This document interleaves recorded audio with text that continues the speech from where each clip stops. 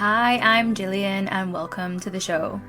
I offer spiritual growth for the rebel soul, guiding you through the labyrinth of your own ascension path.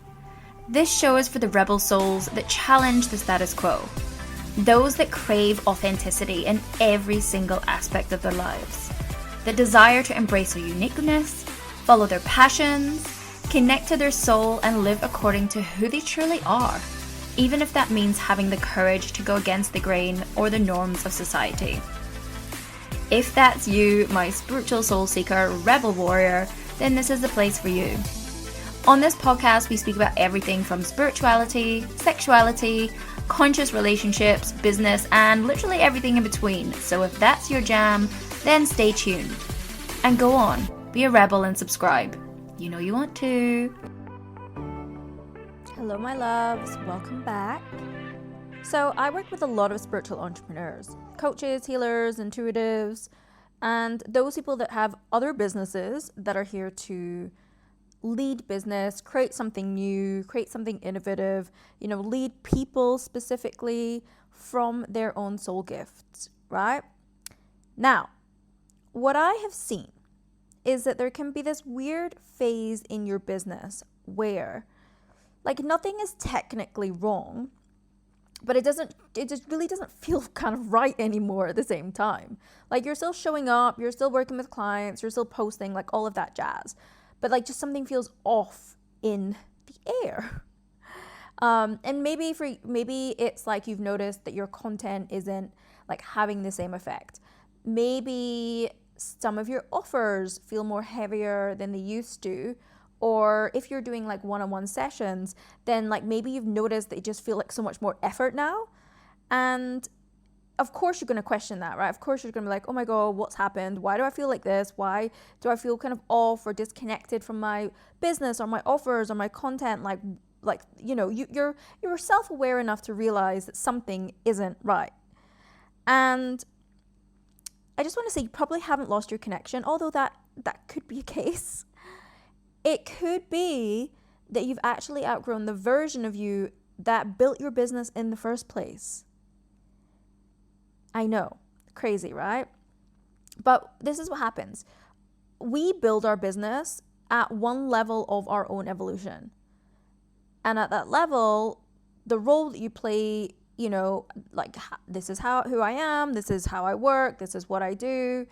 Maybe you're doing psychic readings. Maybe you are doing energy healing sessions. Maybe you are just someone that's holding space in some way, helping people process things. It all works, right? At the start, the way you've built your business, it works, right? You feel connected, you feel in flow, clients are coming in, and you think that's it, right? You think, okay, this is my business. This is what I'm going to do. But what no one prepares you for as you continue your business evolutionary journey, because remember, if you have a spiritual or soul-led business, as you evolve, it also has to evolve, because you don't stay in the version of you that built the business in the first place. You evolve. And what I've seen is usually you probably evolve faster than your business does. So that's kind of where it starts to feel a bit weird, because although your external world hasn't maybe changed that much, what you're going to find is that your internal response is the thing that changes. For example, maybe you used to sit with someone in a session, right? And, they're emotional, they're overwhelmed, they're processing something, and you are in that healer mode, right? You are right there with them, holding them, shifting energy, moving through, being in it, right? But now, maybe you've noticed it's the same situation, right? You still have clients that need deep emotional processing in session with you, right? But internally, something has changed for you, and you're kind of why are we still doing this? Not in a bad way, but this is kind of where it's obvious for you of what's happening. You can see the pattern. You can see you're why are we kind of still circling this ultimately? And then maybe you leave the session and you're oh my fucking God, why did that feel so heavy for me? Why did that take so much energy from me to do this when it used to be so easy for me? And then again, this is where you're probably going to start start making it mean something that maybe it doesn't. Maybe you're going to make it mean that you're disconnected from source, or you're not as good as you were, or you've lost your gift, or, all the different myriads of things that can show up. But it isn't that, if this is the case. It's that you've actually just outgrown the role that you were playing in that original dynamic. The dynamic that you were in when you created the business, when you created your offers. So how this has shown up for me as my business has evolved, as I have evolved, I've gone through exactly the same thing, just like my clients do. I have gone through exactly the same thing, and for me, it wasn't like a super clear shift, but, because it wasn't, right? I didn't recognize it kind of straight away as being this, but I built my business as a psychic and a healer, right? That was my lane. That was what I was doing. I was doing readings, clearings, holding, processing, like very, very in people's energy, like very, very involved. And then as I started to grow and shift and change, something then started to change within my business, right? And I noticed that I didn't want to hold people in the same way anymore. And to be really clear, this wasn't anything about me like not caring as much. It was just that I could see things from a different lens now, if that makes sense. Like, and I'd be maybe in a session and be like, I can literally see what's happening here. Like, the pattern was obvious, the distortion was obvious, the decision was obvious, it was obvious. And then instead of being in there and like wanting to process it or like fix it for them, even though your role as a healer, you can't fix things for someone, right? You can show them and shift things, but really it's up to their soul, right? So instead of me wanting to go through the whole healing process with them, I really just wanted to just be like, say it, lead them through it, teach them how to do it for themselves, and shift them to that next piece, that next frequency, right? And I remember having these moments where, and I'll call it like, I'll call them transition clients, right? Who were clients that I had attracted as I was going through my transition of like operating into a new role. And they still wanted me to operate as the healer, right? The one to fix it all for them. But I had already stepped into the teacher and the guide by that point. So I could totally feel the disconnect in the role that I was playing with them and the one that I'd stepped into, right? And then there would be times where I'm like, am I being too blunt? Like, should I be holding this more? But actually it was very disempowering for them. They were still in a disempowered state. And that doesn't work when you're in a teacher role, right? But I wasn't skipping anything. Like, what I realized was like, okay, this had to happen because they needed to get what they needed to get out of it, and I needed to get what I needed to get out of it, right? Because again, all of our clients is a co-creation. There's always an experience for both parties. And because I'd moved into that different level of identity and clarity, that also meant that I was then shifting and moving into attracting a different level of client, right? Because again, I was starting to this, and again, this is where like these clients were like what I would call transitionary clients. But then I started attracting a different level of client that were also very, very conscious, and they were ready to be taught, right? These clients that as I was moving through this stage, I started to attract into my teacher phase, not the ones that needed healed, not the ones that were in victim, not the ones that needed like hand holding through everything, right? I was attracting the ones that were ready to be guided into their next level of frequency, their next level of identity too. They'd already done a lot of work, and they were ready for the role that I was moving into, which is the teacher, which was the guide. Even a little while ago with someone really close to me who was going through something pretty heavy, like there was this kind of expectation that I would step into the healer role again, just hold everything, be there in that kind of way. And I definitely at points in that experience felt resistance, and I really had to sit with it because like there was part of me that was kind of saying, should I be doing more, right? But then I started to feel kind of like a little bit of guilt or resentment come up, and I'm like, what's here? But it was because they were expecting me to hold them in a role that wasn't the role that I was meant to lead with. That wasn't my role anymore. Because I was like, I'm not here to carry this with you. I'm here to really show you what's happening and let you meet yourself in it. That was a big moment for me because it really made me realize that I hadn't disconnected at all, even though there was part of me that was like, whoa, what's happening? I just evolved. Like, that was it. I just evolved. And these people and experiences were coming in to show me where and how I had evolved out of my old role. And once I realized that these experiences with them had shifted because I'd become the teacher, I was able to then approach these, again, experiences, these dynamics very differently. And what I started to see was, again, this person that was close in my life, my clients, etc., they were all starting to show up in the mode that was open and willing to be guided and taught ultimately, rather than wanting to be healed. Does that make sense? And I say healed in inverted commas, right? And this is the thing, right? I actually still do a lot of healing work. I still do a lot of energy work. I still do a lot of my psychic work, even now as a teacher and a guide. But it's not led by that. It comes through in different ways now. It's more about like an expansion than anything, rather than what I was initially doing when I first started the business, if that makes sense.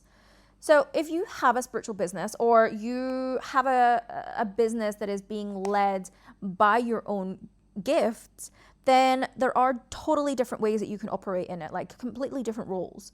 Maybe you have the psychic, you see, you read, that's your role. Maybe you are the healer, right? You hold, you clear energy, you process, like the transformation piece. Maybe that's your role. Maybe you're the coach, right? Where you ask questions, you guide people, you help them integrate, you move them to the next step. Maybe you are in the teacher role, right? Where you explain, you show how things work. Maybe you are now into the guide and the leader role. This is where you direct, you challenge people, you cut through the bullshit. And look, it's really easy to blur these, because again, it's all an evolution, and we're all part of some of these, right? A nice mix of them, especially in transitional times, because you're in that in between stage of your evolution and your role. But there usually does come a point where, maybe one or two will lead the way because they are your core roles, they're your core archetypes at that moment. And then the others just kind of come in as like a supporting role ultimately, right? So again, you might start as a psychic, right? Again, you see everything, you're doing readings, you're doing maybe psychic readings, mediumship readings, like people come to you to speak to their spirit guides, whatever it is. And then you move into the healer, right? Because you want to help people move through what it is that you see, and you're seeing the ways that they can move through. So maybe then you move into the healer role, right? The shifting energy. And then maybe you move into coaching because you're like, okay, now they need to change something, right? They actually need to change something in their life or within their belief systems. And maybe that's where the coach archetype comes out. And then maybe you move into teaching because you're like, okay, I'm saying the same thing over and over again.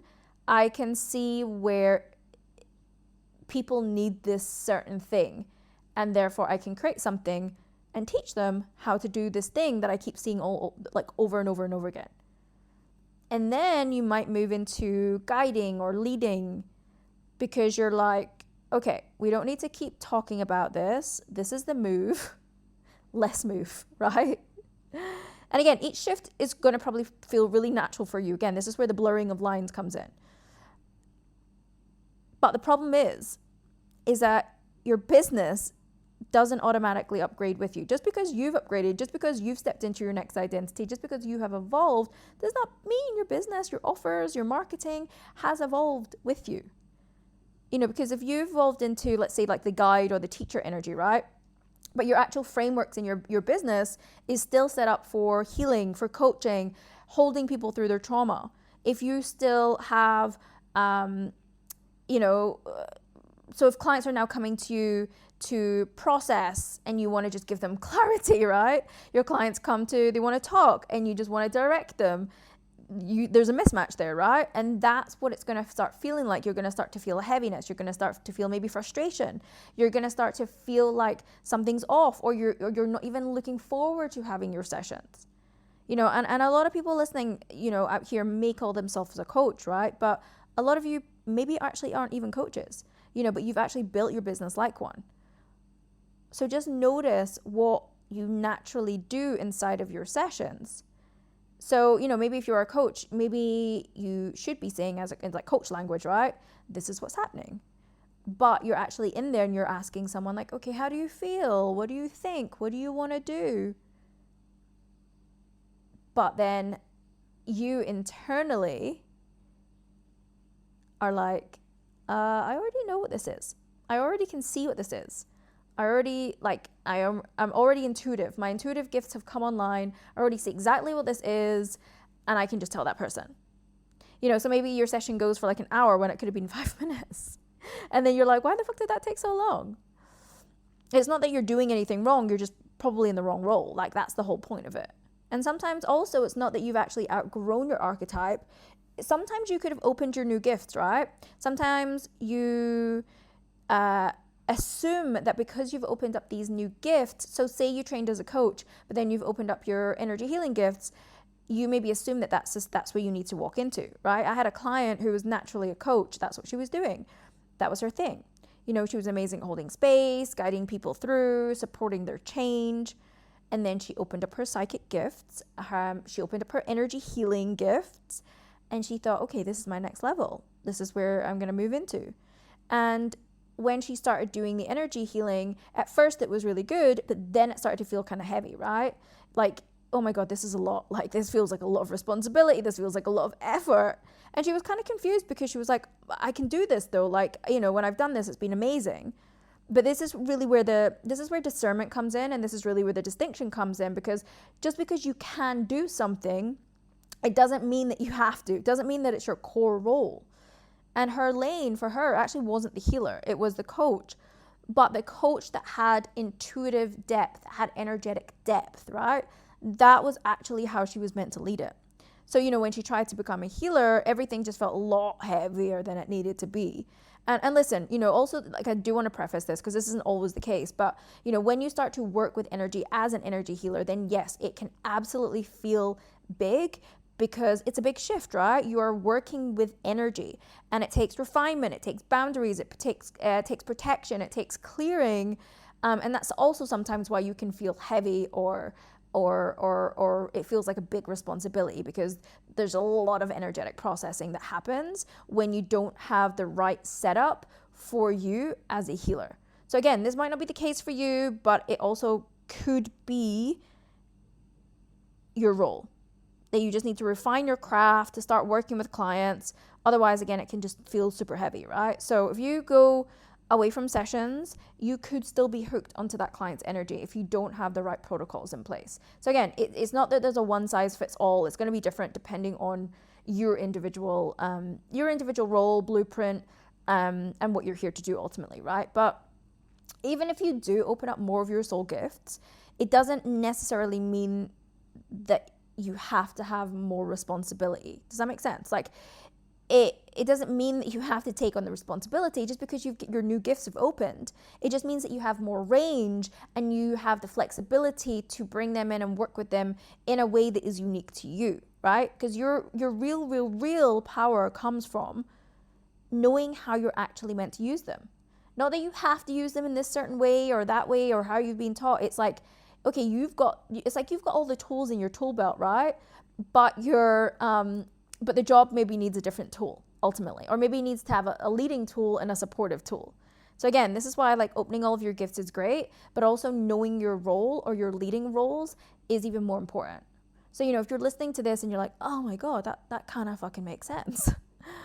Then I just want you to notice, like, are you like dragging sessions out when you already see what's happening, just because they've, I don't know, paid for like 90 minutes or something, but you could have resolved whatever is in 45 minutes, for an example.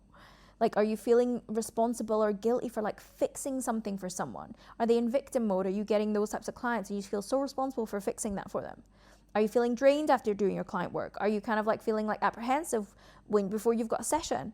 Are you feeling like if you post content, for example, as part of your marketing strategy, do you feel like it's lost its edge?